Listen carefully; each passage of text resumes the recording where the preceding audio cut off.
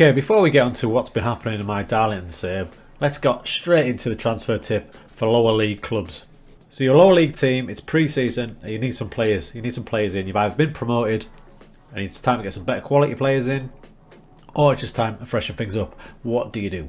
This is the point of the game where Premier League clubs, and to an extent some Championship clubs, are your new best friends. We're going to check out what they have released, and we're going to shop, just like this lad here. The good news is, it's not a case of sifting through every Premier League team and seeing who they've released. There's a tab for it. Go to the Premier League screen, like you can see there. Go across to transfers, press transfers. You'll see all the transfers that have happened in the Premier League there.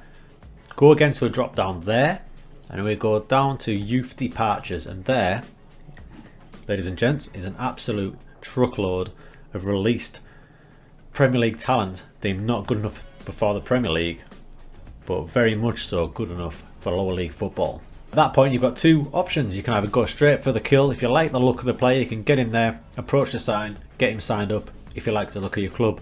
If you want to have a closer look at him, so you want some of these attributes unmasked, just go to transfer and you can offer him a trial for 1 to 4 weeks, see if he fits in with your club. But be aware on that one, other teams may be circling, so they may get in there fast. Now, you may be a small club and you think you've got no chance of getting some players that have just been released by the likes of Man United, by Arsenal, but that's not so. I'm currently Darlington. Our reputation is just gone to regional, so we're one of the smallest clubs in League 2, but we managed to get this lad in from Man United, no less.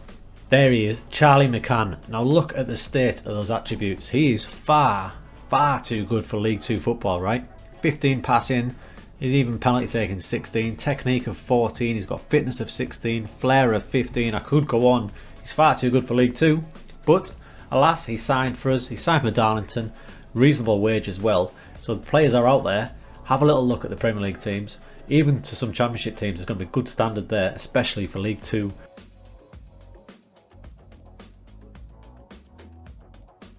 Hope you found use of that transfer tip that we just did. I have used it to some great extent in this pre-season for Darlow. We just had a look at Charlie McCann, which is just a ridiculous quality player for this division. Well happy with that signing. He's going to sit on midfield. Completely new midfield we've got this season. He's going to be playing alongside Daniel Williams, coming in from Swansea. This lad's on loan, but still, look at this. Passing 14, determination 17, balance, stamina, vision, quality. My centre midfield too, an area where I struggled quite a lot last season, sorted now with them two. They're going to play in a variety of roles, which we'll get to on the tactics screen. Other players that have come in, we've basically got a brand new midfield. We've got Tyree Wilson. He's coming on loan from Derby County. He's going to play as a winger for us. Attributes are ideal for a winger. He played a few games for Derby in the Championship last year, so again, potentially far too good for this league. Let's hope so. 4-star potential. In on the left wing.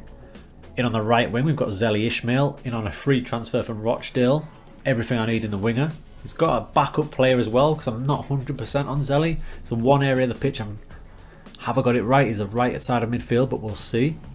Also coming in is Ben Hockenhull, a new centre half. Despite his disgraceful haircut, he's going to be a player. I wanted a ball playing defender. I've got one. Heading's 11, which doesn't sound too great, but his jumping reach is great at 15, so that's going to compensate for that. Great fitness, good passing, work rate, tackling. I'm looking at him, and the more I look at him, I mean, you might see that orange dot there. I've started to retrain him because I think he could be a holding midfielder as well. So he's going to cover 2 positions. Looks a really nice, solid signing. Now, the back end of last season, we made some signings for this season, and quality ones at that. So we've got Big John Akinde. A lot of people will recognise that name. He's been around the lower leagues for season upon season. Always got a goal in him. He's my backup striker. I've got 4 strikers. It's like Alex Ferguson from the 90s. You know, we had all these 4 rotating. We've got 4. We've got the 2 from last season. We've got Big John, and we've got our star signing, Rio Griffiths. Big Rio, in on loan from Southampton. His value is 250,000, and in League 2, that's basically 250 million, and it's a fantastic all-round striker. Look at that. He could basically play anywhere. They're saying target man. I'm saying target man, or advance forward, or deep line forward. He can play anywhere. Big things for him. So we've got 4 strikers to choose from now. We should be alright for goals. Learn from mistakes though. We've brought in about 8 players. That's it. Business done. We may get 1 more in for that right side of midfield.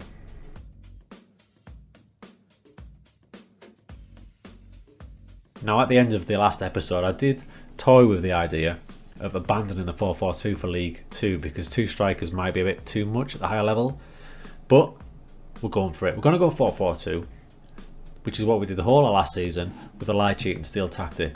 There's some tweaks in there, some different positions, but as I've just said, there's a completely new midfield, couple of new positions, players in the back as well. Now the alternative tactic is going to be jackhammer.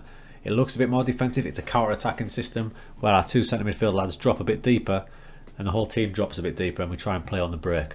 They're the 2 tactics I'm going to roll with. If I really get in the you-know-what and I'm up against it, we drop into jackhammer version 2, which gives me an extra body in midfield. But the 2 we're going to roll with is this one and this one, 2 variations of 4-4-2.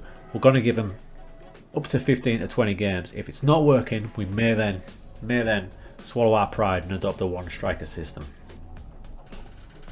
Now pre-season has gone quite well. We've played some big teams in it as well. Albion Rovers to kick us off, bed us in. Then we played Peterborough, higher league, beat them 2-1, lost to Harrogate, bit disappointing. But then we beat Brighton and Hove Albion in the Championship now, but we beat them 1-0. And we just beat Wickham comfortably 2-0 as well, who are also in League 1. So it bodes well, playing the 4-4-2 on each occasion.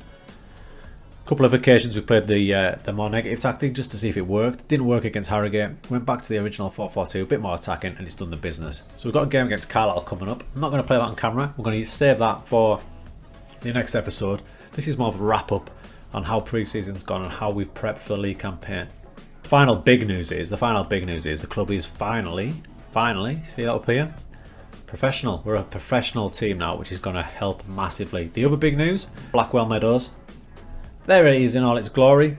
The big news is it's getting developed. We're starting to up the capacity. So step by step, as we promised in the intro to this series all them episodes ago, we're going to try and get Darlow back to a stadium they can be proud of. And one that will better the one that caused them so much stress and made them relegate all the way down the leagues and restart. Blackwell Meadows. Hopefully it'll be that one. Maybe we can build that one into an 80,000 seater stadium in the future, who knows. But the first steps are underway.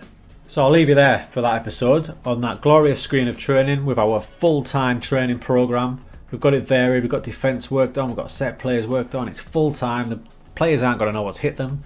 They've been used to training once or twice a week for the past 3 seasons. Full-time now, let's get into League 2, let's see what we can do. I'm cautiously optimistic we can go top half, possible playoff push. Guess we'll see. We'll see how we start in that next episode.